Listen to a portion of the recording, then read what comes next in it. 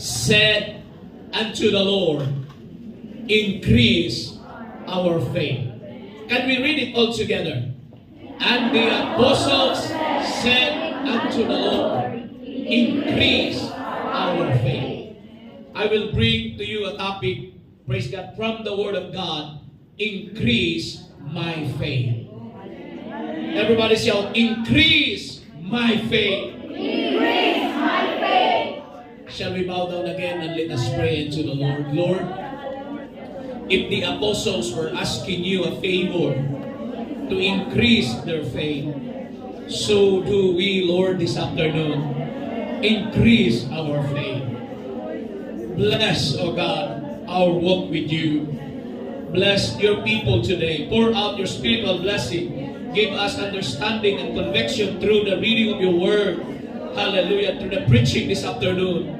Hallelujah, Lord. I pray, strengthen your people. Let your spirit move mightily in our midst. That while I'm speaking, you are ministering, God, to their soul and spirit. Jesus, this is all about you, Lord. We lift up your name.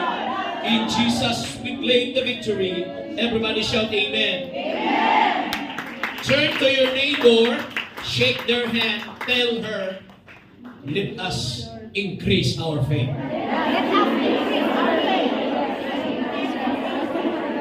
Please be seated, and may the Lord will bless you.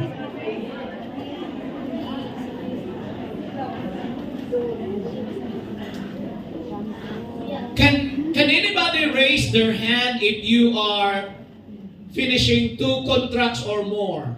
Second contract or more? Praise God. Okay. Is anybody here, praise God, first contract coming in Hong Kong? Just first contract. Okay. God bless you. The Lord will bless your contract that you can finish it. Because there is a possibility that when you renew your contract, your employer will say, I will increase your salary.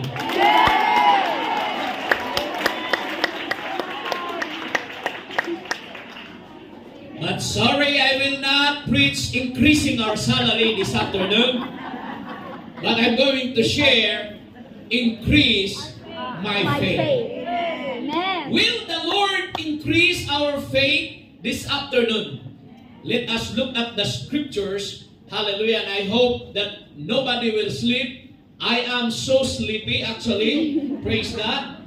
I feel like in a jet lag. Praise God. But anyway, the word of the Lord must be preached. Everybody shout amen. Amen. Hallelujah. Praise God. Now the scripture defined faith in Hebrews chapter 11 this way. He said, faith is the substance of things hoped for, the evidence of things not seen. That is the biblical definition of faith. Faith is the substance of things we hope for, the evidence of things not seen. So if you have faith in your heart that one day you can have an Innova or a Mitsubishi Expander or a Montero, but it is still an image in your mind. Praise God. That's how faith works. It is the evidence of things not seen. Hindi pa na-release sa Toyota, sa mind mo, nagda-drive ka na.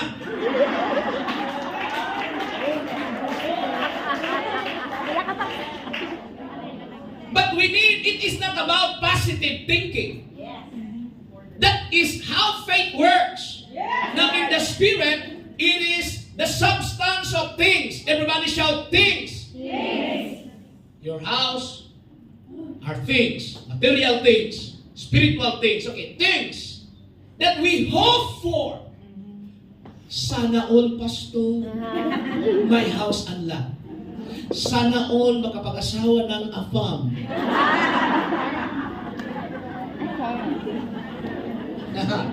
Sana all. So many things and so many things that you desire that you're hoping for. But I'm not going to drive in the material things or the things in this world. I will not drive this about your emotion, love, or relationship. But I'm talking here about spiritual things. What are your desire that you are hoping for in your walk with God? Pastor, I desire, I hope for that one day I can stand behind the pulpit and share my testimony. Go ahead with that desire. I desire, Pastor Plaza, praise God, I will share, I will know how to share the message of the gospel. Because it is the hope for the sinners. Hallelujah. Everybody shout amen. Amen. What are the things that you desire and you hope for in your heart? We need faith. Because faith is the evidence of things not seen. Ang kaso hindi uusad kung walang ebidensya. Cases in the court will not move forward unless there will be an obvious evidence. If you claim that you are a believer, if you claim that you love Jesus, show your evidence. If you claim to be a Christian, where is your evidence? If you claim that you love Jesus, but you hate your sister, you hate your employer, where's the evidence? You come to the church, you cry, Lord, I love you, but I hate my husband.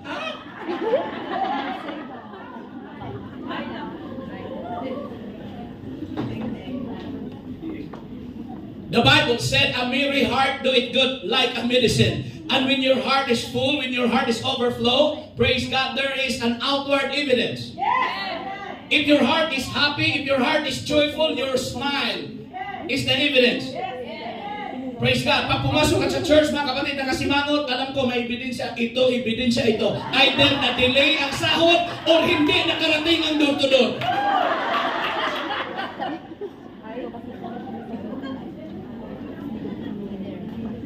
So that is how the scripture defines faith. Now I will ask you a question. Are you longing for, I will just give an illustration here to compare. Are you longing for a salary increase? Yes. No. I will ask you heartily, are you longing for a salary increase? Yes. Kasi madami rin ang work. So work hard. You're right. You're looking for a salary increase and then you will just always sleep in your room. You have no idea that there's a CCTV. And then, Mom, I will renew my contract if you increase my salary 2,500 Hong Kong dollars. And then your employer will say, and show you the recordings of the CCTV that you will always just sleep in your house. So it is awkward and you have no guts to demand such a salary if you did not even prove, praise God, if you are worthy or deserving of that salary. I will flip the coin. Now if we ask the Lord, Lord, increase our faith. Now it's easy to say that because it's in the scripture. When in fact, as we read in the Gospel of St. Luke, it was the apostles who were asking, my Lord, apostles, mga apostoles na yun. They were apostles, hindi po basta-basta, big-time believer, student of Jesus Christ. For 3 years, they have seen miracles and signs. And yet, they asked the Lord, increase our faith. So this afternoon, hallelujah, I want everybody to hope for, to desire it by faith. Lord, increase my faith. Why? Because being an OFW, being a domestic helper, or some of us are professionals, some of you are working in family driving, you're very far from your children, very far from your family. Praise God, you're looking, you are homesick. Praise God, you're always crying at night. How I wish tomorrow will be the last of my contract so that I can go back home and I can eat bulalo. Alam ko may mga pagkain kayong namimiss.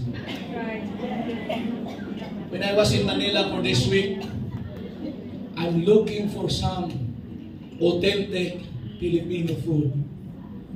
But it ended up in Chowking. It's very difficult to find. Praise God. And if there was in Robinsons, like there was a restaurant there, Mangan.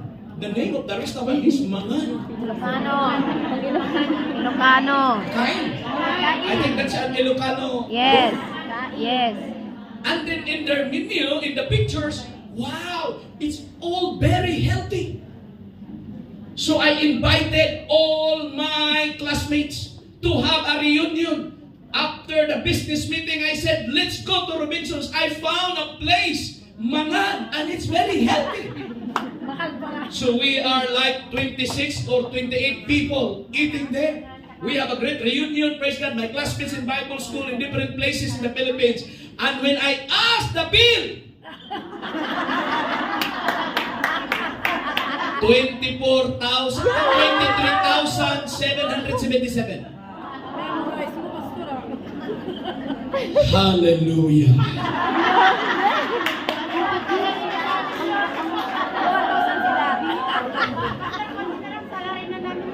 Thank God there are lots of, before we left, there are some sisters, Pastor, praise God, and then we gather together, and some of my friends also gather, praise God, and hindi ako nakahugas ng plato. We were able to survive. Hallelujah. So that's how faith. We need to have faith because the scripture said that faith that God receives or accepts, should I say, is a faith that is biblically sound. Or should I say, it processed through the scripture. Can we open Romans chapter 10, verse 11 to 17? I want you to look at the screens to read the Word of God. And if you have a note, a ball pen, praise God, or if you have note in your mobile phone, so that you can review at home instead of watching YouTube or, praise God, Facebook, praise God. This is the good time to review the Word of God because the Word of God has power to change our lives. Yes. Everybody shout amen. Amen. Okay, read it with me. For the scripture saith, whosoever believeth on him shall not be ashamed. Ang salita, mga kapatid, ng Panginoon ay nagsasabi. Ano sinabi niya, mga kapatid? Whosoever believeth, whosoever who have faith on Jesus shall not be ashamed. If you want, we are now in abroad. If you are a believer of the blessing of God, hallelujah, the Lord will not put you in a situation that is negative for you, that is awkward for you. I know you have some struggles in your employer's house, but I will not put in negative connotation on that because you are a believer. Hallelujah, even they are shouting at you, pinapahiya ka minsan sa labas, but because you are a believer of the scripture, you have firm in your heart, I can finish this program. Kahit ang tingin nila sa akin ay aso, mabuti pang aso, mahal pang budget. And that's true. Yes. Maybe your employer just give you 5,000 Hong Kong dollars, but the budget of a dog, maybe 15,000. The doctors, praise God, the bed, praise God, is very expensive.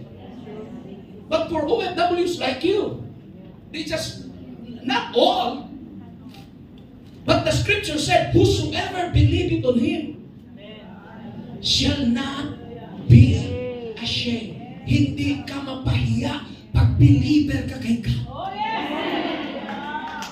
That is why I encourage our guests and visitors. Hallelujah. This is not an accident that you arrived in this place. Praise God. We will not change your religion, but I have a good news for you. I am presenting the words of Jesus Christ, the hope for everybody.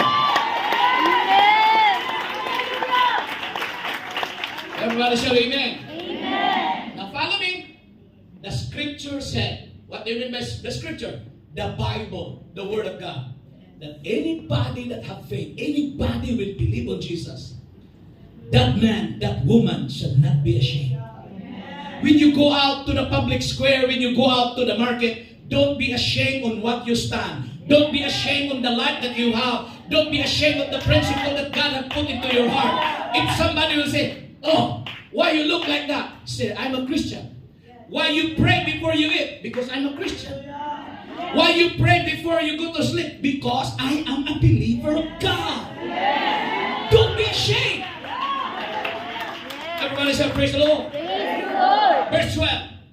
The scripture said, for there is no difference between the Jew and the Greek. What do you mean by that?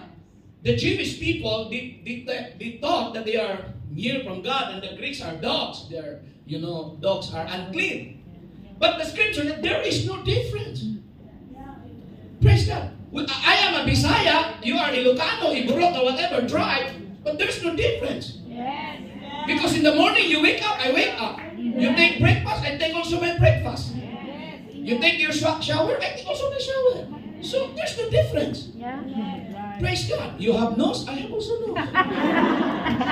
Patamos lang sa inyo. Sa akin hindi. Normally siya rin. Why? For the same Lord, everybody shout, the same Lord. The same Lord. Not another Lord, not a different God. For the same Lord, over all is what? Rich unto all that call upon Him. So if you call upon the Lord, He is rich. Pastor, kung sabay-sabay tayong tatawag sa Panginoon, hindi kaya matraffic yung Panginoon, Pastor? Hindi. God is very powerful.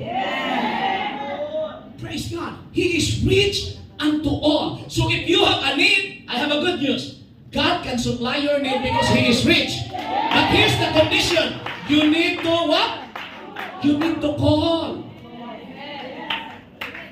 May mga kapatid na tayo rito, Pastor, bakit? Itong husband ko, Pastor, tawagan mo! Bakit dyan ibuhos sa aming mga pastor? Hindi kami ang pinakasalan ninyo.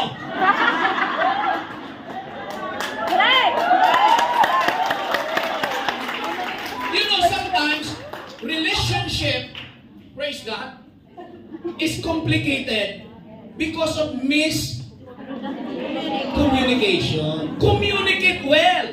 Call. Don't call anybody. Just call your husband. Huwag mong idaan sa kapitbahay.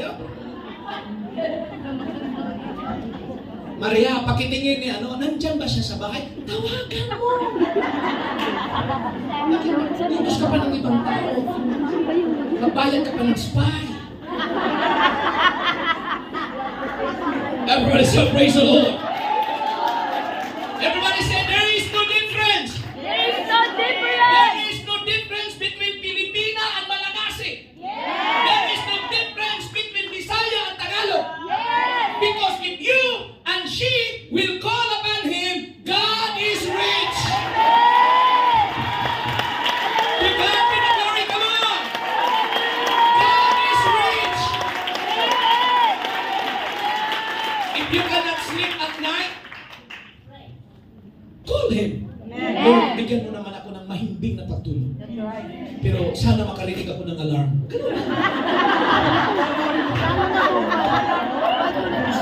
Give me a sound sleep. But Lord, let me hear the alarm clock. Next verse. Are you excited from the Word of God? The Word of God is, so rich. Full of flavor. Okay. Here we go.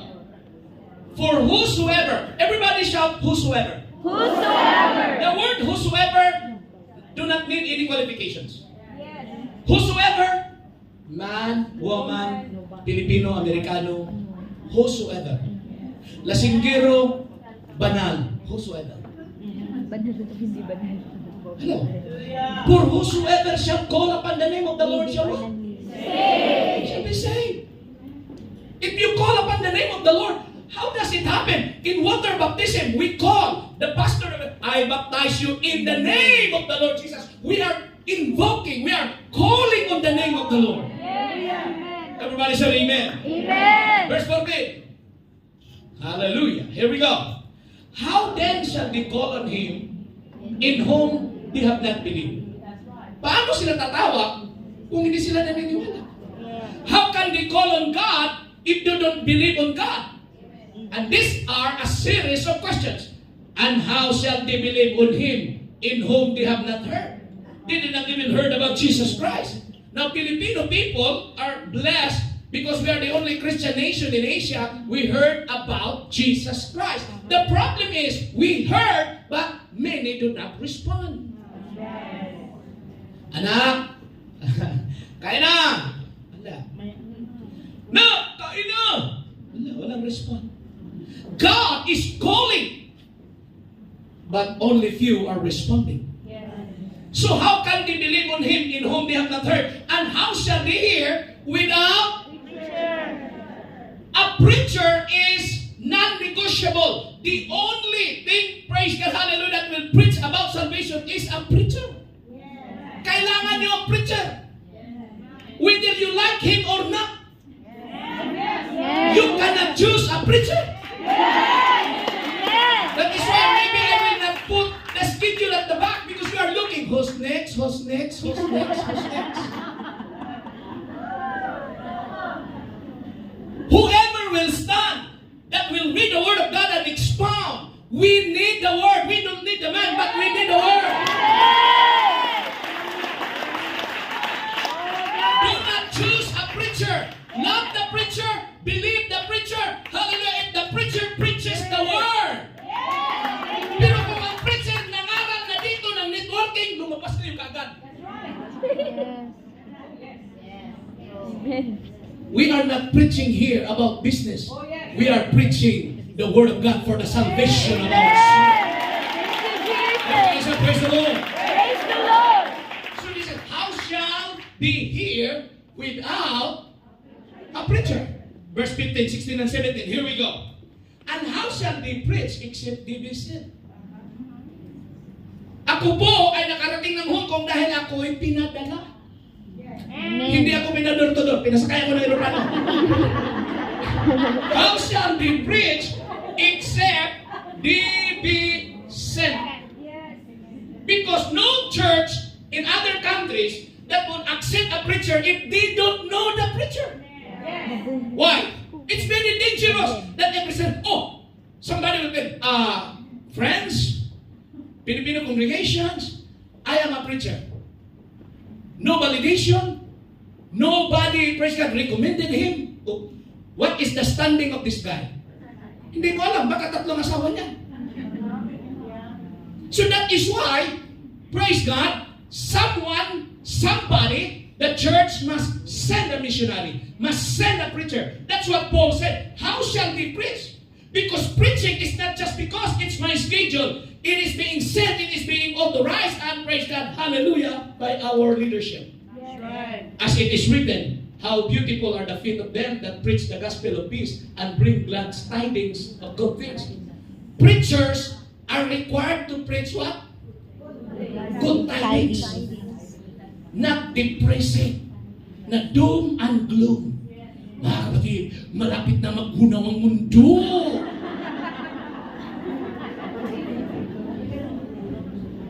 Yes, it will happen that there is a judgment of God in this world, but a preacher should bring what? The gospel of peace and bring glad tidings of good things. So we preachers are required what? To preach the glad tidings of the good things. What is the glad tidings? It's not about salary increase. It's not about food allowance. It's about the plan of salvation. This is the good news. Jesus Christ died for your sins. He was buried, and on the third day, He rose. That is the good news. Yan ang Ebanghelyo. That somebody died for your sin, but the one who died for your sin conquered death and grave. Natalo niya si kamatayan. That is why when we die, we have hope that in the last days, God will raise us up. Hallelujah. Because kung walang resurrection, kakain na lang tayo ng kakain dahil bukas mamatay na tayo. Yeah. That is why we live a holy life that a life that is consecrated to God because we know there is a resurrection of the dead. There is hope of the coming of the Lord. Kasi kung walang resurrection, ganun lang, kain, tulog, dahil mamatay lang pala tayo eh. Praise God. Verse 16 and 17, here we go. But they have not all obeyed the gospel. The gospel has been preached, but they have not all obeyed the gospel. The good news is, repent of your sins. But nobody, only few repented of their sins. The gospel preaches, humble yourselves, forgive one another. But they don't listen. Hallelujah. For Isaiah said, Lord, who hath believed our report? Last verse. So then, can we read all together? So then faith coming by hearing, and hearing by the word of God. So if you want that your faith will increase, always come to the church. Why? In the church, you can always hear the preaching of the word of God. Yes. Faith cometh by hearing, and hearing by the word of God. Pag palagi mong naririnig chismis, imposibleng mag-increase ang faith mo. If you will always hear the negative things, Sister Sylvie, what happened? Your faith will decrease. It will not increase. That is why we need to hear the preaching of the Word. The Word of God is the true bread of life. Praise God, that will give us hope. Come on, clap your hands unto the Lord.